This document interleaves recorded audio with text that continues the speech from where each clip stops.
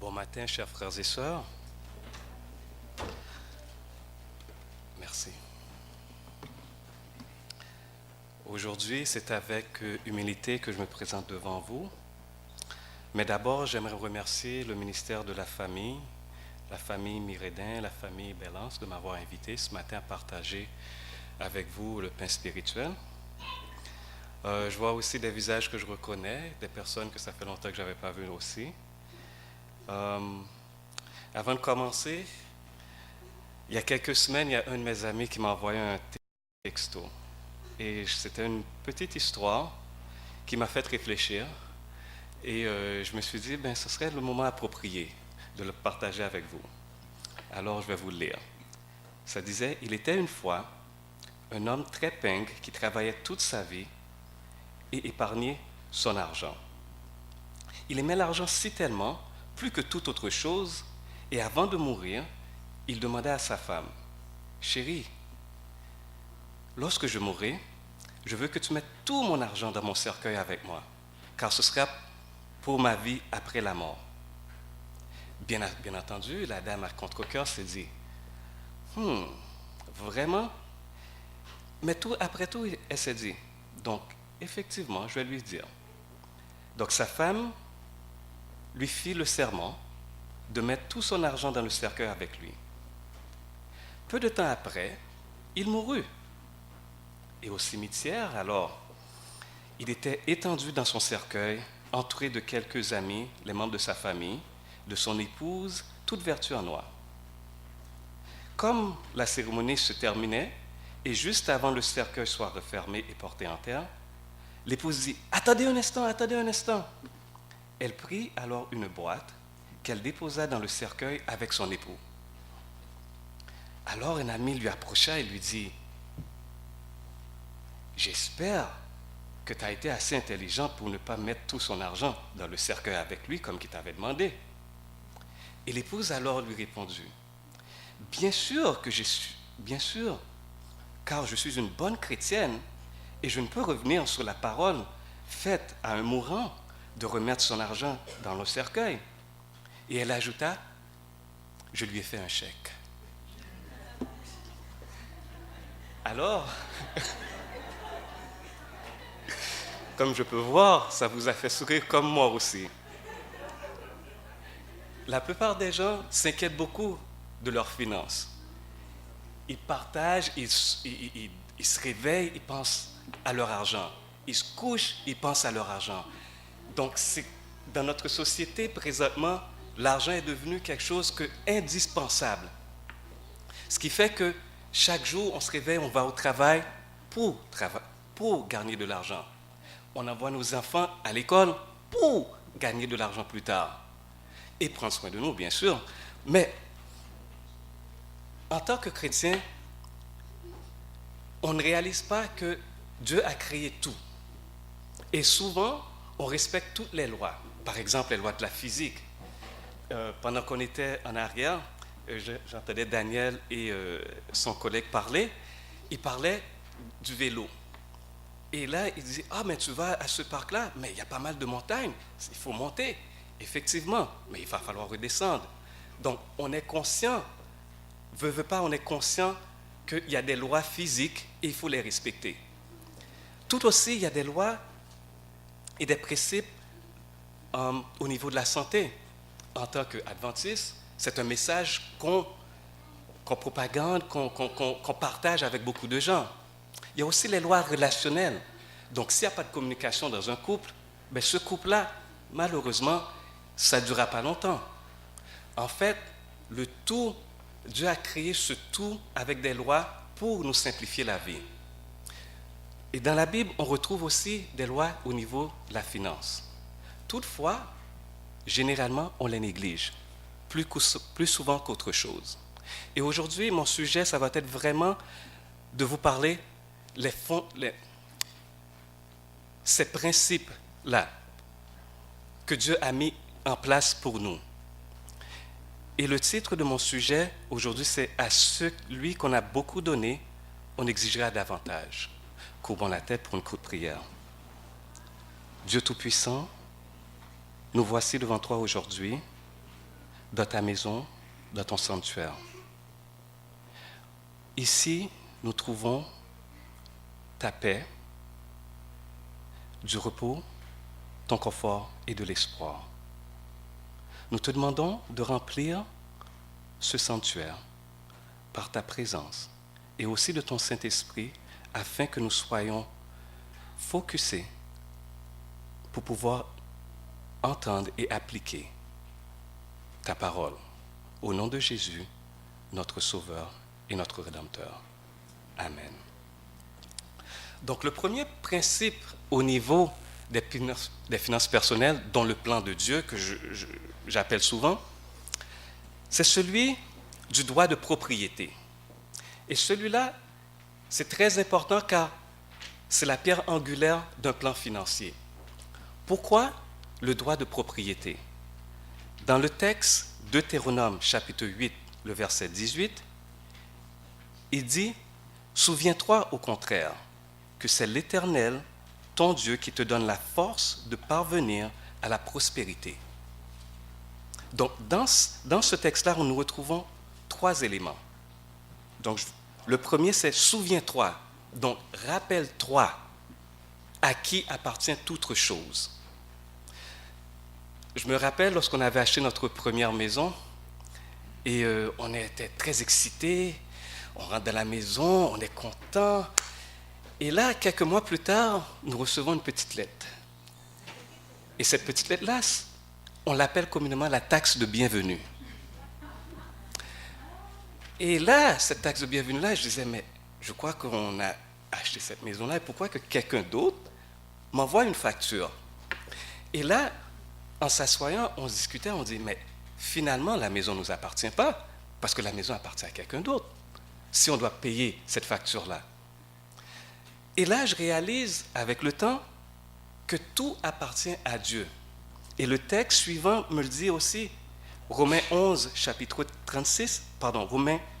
11, verset 36, en effet, tout vient de lui, tout subsiste par lui et pour lui, à lui soit la gloire et à jamais. Donc, le concept du droit de propriété, c'est que le droit de propriété, toute chose appartient à Dieu. Donc, ce qui veut dire, si toute chose appartient à Dieu, donc moi, je suis le gestionnaire. Donc, s'il y a quelque chose qui arrive, la première réaction, c'est que je vais voir le propriétaire, je vais dire, regardez, ce que tu m'as donné de gérer, mais présentement, il y a un problème. Malheureusement, je n'ai pas les capacités pour avoir une solution. Donc, comme ça t'appartient, s'il vous plaît, en prendre soin. Et lui, il a 2 options, soit de me virer, bien sûr, ou de me donner les outils nécessaires pour accomplir la tâche. Donc, le droit de propriété, c'est la chose qui est la plus importante, je dirais, parmi les principes que nous avons, c'est de réaliser que Dieu, toute chose lui appartient et nous, nous sommes seulement les bénéficiaires. Le second plan aussi, c'est que beaucoup de fois dans nos églises, on parle de prospérité. Et ça devient un peu péjoratif, parce qu'on se dit, mais c'est quoi la prospérité? On est inconfortable avec ce mot-là. Mais Dieu lui-même vous a donné la force pour parvenir à la prospérité. Toutefois, ce sont selon ses désirs, selon ses commandements. Donc, oui, on peut prospérer, mais on doit toujours se rappeler c'est qui nous l'a fourni, c'est qui nous a permis d'avoir cette prospérité-là. Le deuxième point, qui est au niveau des principes que Dieu a établis pour nous, c'est celui de la dîme. Ce principe-là, on a fait un petit service tantôt, on a ramassé la dîme, on a expliqué. Mais aujourd'hui, je vais partager avec vous 4 points. 4 points. Tout d'abord, c'est quoi la dîme? Le pourquoi de la dîme. D'abord, je vais commencer avec le texte Deutéronome 14, verset 23. Il dit, « Vous mangerez devant l'Éternel votre Dieu, au lieu qu'il aura choisi pour y établir sa présence. la dîme de votre blé, le vin nouveau et de l'huile, ainsi que les premiers-nés de vos troupeaux de gros et petits bétail. Ainsi vous apprendrez à révérer l'Éternel, votre Dieu, tous les jours de votre vie. En fait, la dîme représente une transaction entre vous et Dieu. Cette transaction-là, c'est qu'il vous a donné, comme on a vu dans le premier, que Dieu vous donne tout, et il vous demande une participation. Il aurait pu demander 50%. Après tout, ça lui appartient. Mais il vous a demandé 10%. Ce 10%, Dieu n'en a pas de besoin, parce qu'il est déjà propriétaire de tout. Mais ce 10%-là représente, pour nous, en tant que chrétiens, qui est la source. La source provient de Dieu. Et ça nous rappelle à chaque jour que Dieu veut bâtir une relation avec nous. Et, comme on regardait tantôt, les personnes, on s'inquiète de tout à propos de l'argent. Et quand on regarde, lorsqu'on voit notre paye, puis on se dit, oh, 10%, il me reste 90%.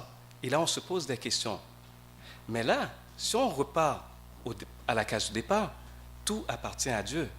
Donc, il vous fournit la force, il vous fournit le moyen. Donc, il te demande 10%. Donc, c'est au départ une façon pour lui de te rappeler qu'il est là avec toi à chaque jour et il va te bénir. Le deuxième point, c'est un acte d'adoration.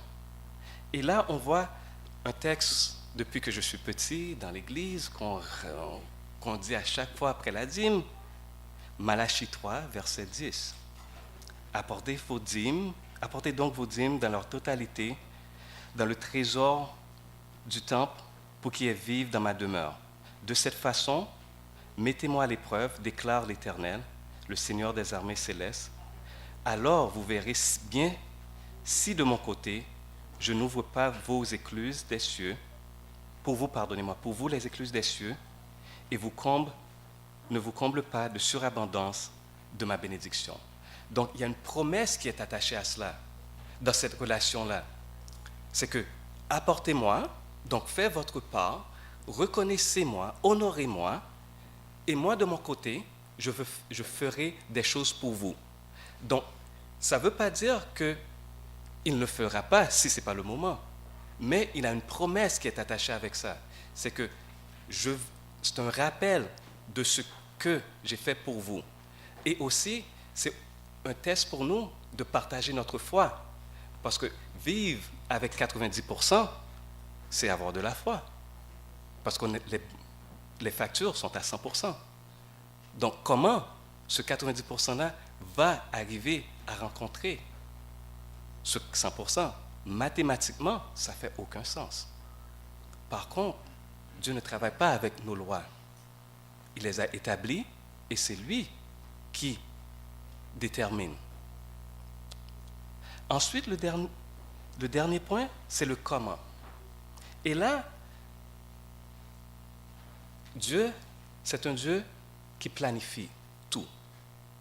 Donc alors, il nous met des éléments pour qu'on puisse le ressembler, puisqu'on est créé à son image, donc il veut mettre en pratique des choses que nous allons réaliser aussi. Ainsi, il dit que chacun de vous, dans 1 Corinthiens, chapitre 16, verset 2, que chacun de vous, le premier jour de la semaine, mettez à part chez lui ce qui pourra, selon sa prospérité, afin qu'on n'attende pas à mon arrivée pour recueillir les dons. En d'autres mots, elle se planifie, la dîme. Donc, pendant la semaine, vous allez travailler. Donc, vous devez faire une planification de votre salaire. Et si vous n'avez pas ce salaire-là, mais là, vous allez demander à Dieu, je ne vois pas comment que je vais atteindre mes objectifs pour cette semaine. Et je veux partager avec toi aussi. Donc, lui, le stress pour vous qui est de savoir où est-ce que l'argent va venir, mais vous n'avez plus besoin de penser à ça, car vous le faites confiance. D'où vient encore la promesse, la foi et le rappel.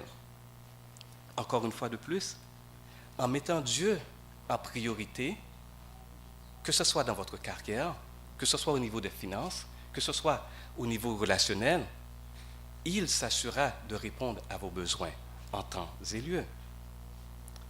La troisième est l'épargne systématique.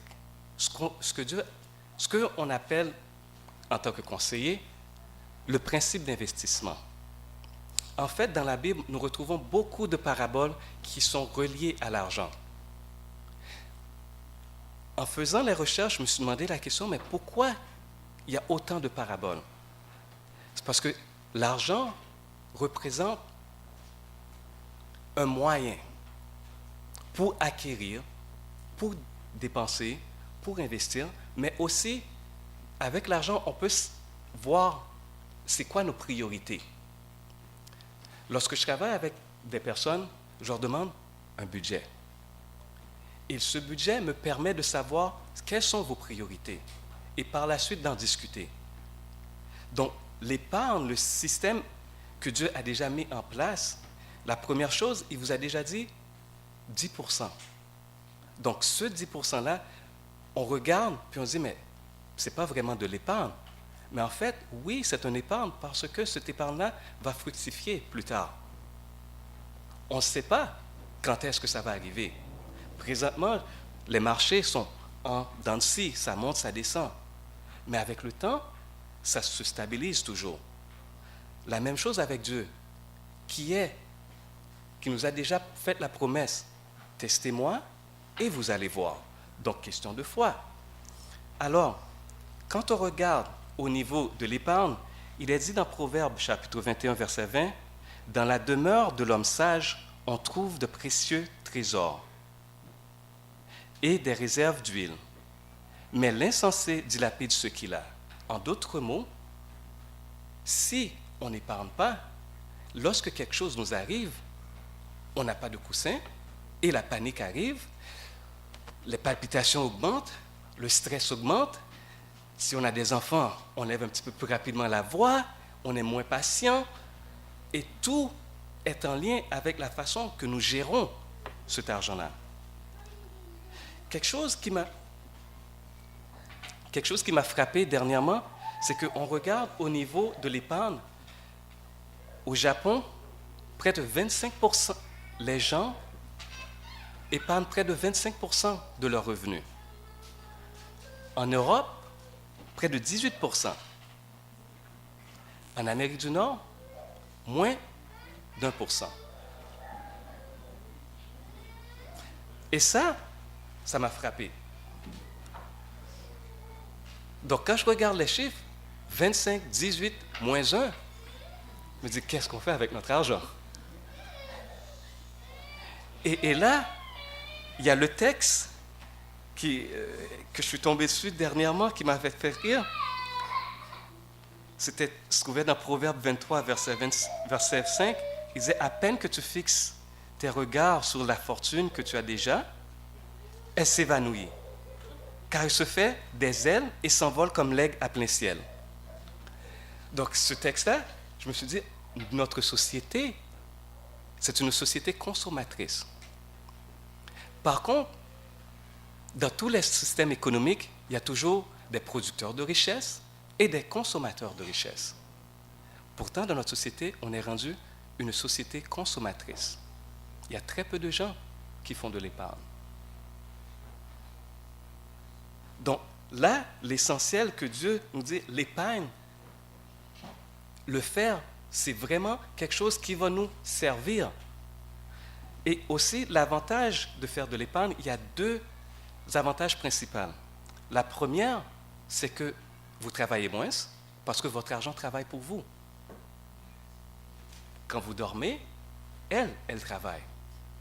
Quand vous vous reposez, passez du temps, bon temps avec la famille, elle continue à travailler.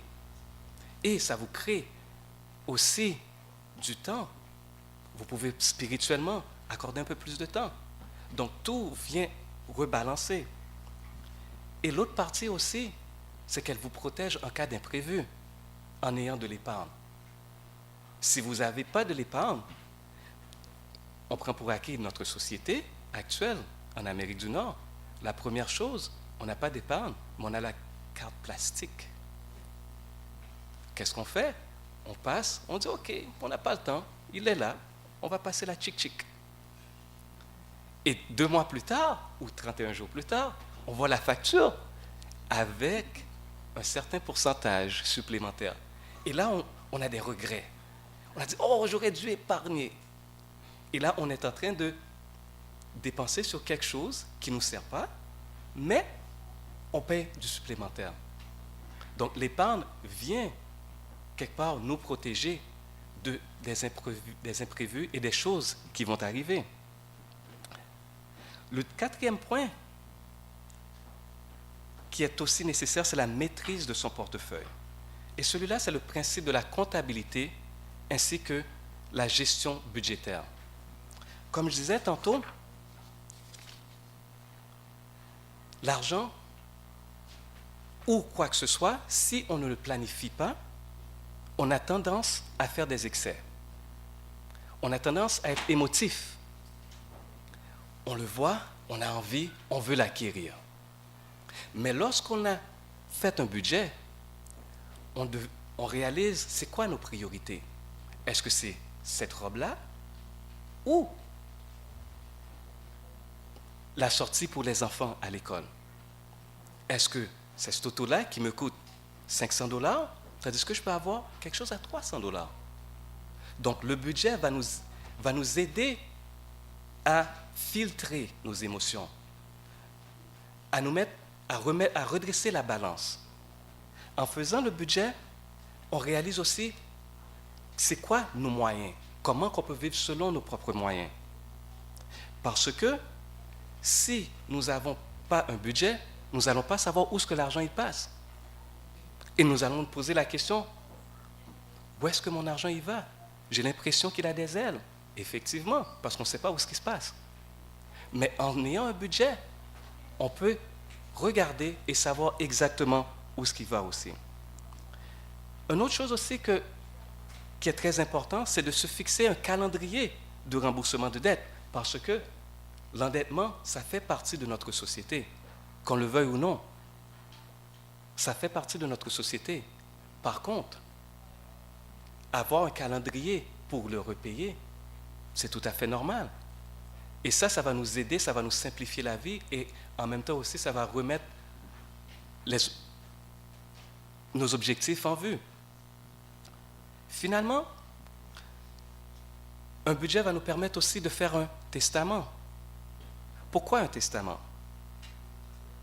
Un testament s'est avéré très important lorsque j'ai découvert ça dans les Écritures, qui disait dans Proverbe chapitre 13, le verset 22, « Ce que l'homme de bien laisse derrière lui passe aux enfants de ses enfants. » Donc oui, nous avons dans le passé ce que nous avons travaillé pour, dans le présent ce que nous vivons avec, mais aussi les générations futures, qui est très importante.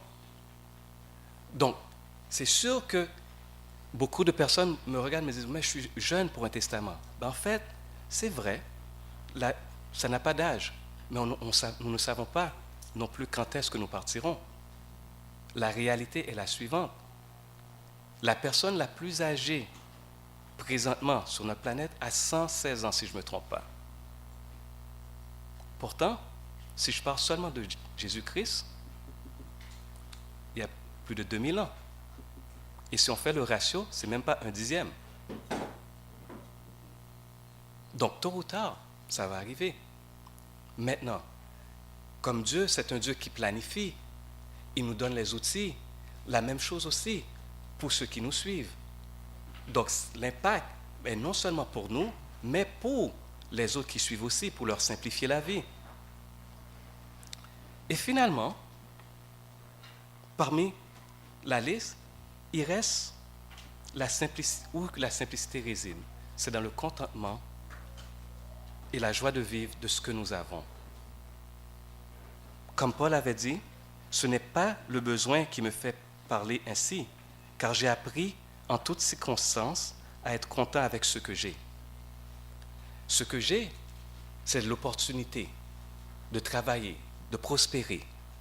Ce que j'ai, c'est la santé qui m'a été donnée par Dieu. Ce que j'ai, c'est les relations avec ma congrégation, ma communauté, ma famille. Tout ça, c'est la joie de vivre. Car en Amérique du Nord, comme on disait tantôt, on est à moins 1% au niveau de l'épargne. Ce qui veut dire, c'est qu'on vit au-dessus de nos moyens. Et ce qui cause un autre stress, c'est qu'on travaille pour pouvoir payer ce qu'on a déjà dépensé. On travaille beaucoup de fois juste pour se sentir à l'aise. Mais le temps de repos, le temps de qualité que nous passons avec nos proches, à la fin de la journée, il manque. Et aussi, si on regarde la façon que nous gérons notre argent, généralement, elle va de la façon suivante. Je reçois ma paye, je la dépense, et par la suite, je m'inquiète pour la facture qui va arriver. Quand la facture arrive, je rembourse. Et quand il n'y a quasiment plus rien, j'essaie d'épargner. Et s'il en reste un petit peu, je vais le partager. Généralement, plus ou moins, ce sont les étapes qu'on fait avec l'argent. Tandis que Dieu, il nous donne une autre option, qui est consacrez-le, se rappeler qui vous l'a fourni. Partagez-le. Donc, se rappeler que ce n'est pas une priorité, mais quand même, c'est quelque chose d'essentiel. De l'épargner pour pouvoir s'assurer dans les moments plus difficiles, moins difficiles, qu'elle soit disponible. De rembourser si vous avez des dettes. Parce que si vous avez déjà fait les premières étapes, normalement, votre niveau de dette va être beaucoup plus bas. Et finalement, d'en profiter. Ce sont des étapes aussi simples, mais très difficiles à accomplir, parce qu'on se soucie beaucoup de choses. Et on oublie souvent que Dieu nous a permis d'avoir ce que nous avons. Donc c'est pour ça, le texte dit, si vous n'avez pas été fidèle dans les richesses injustes, qui vous confiera les véritables? Donc une saine gestion de vos finances personnelles est beaucoup plus importante qu'on réalise. Car le jour viendra, on devra rendre compte de la manière dont nous avons géré cet avoir, comme toute autre chose. L'argent, c'est un moyen, c'est une façon de répondre à un besoin. Mais souvenez-vous que Dieu vous a déjà fourni le moyen nécessaire. C'est à lui qu'appartiennent toutes choses. Et si vous avez du stress, allez voir le propriétaire. Demandez-lui les solutions et il vous prend. Sur ce, je vous remercie.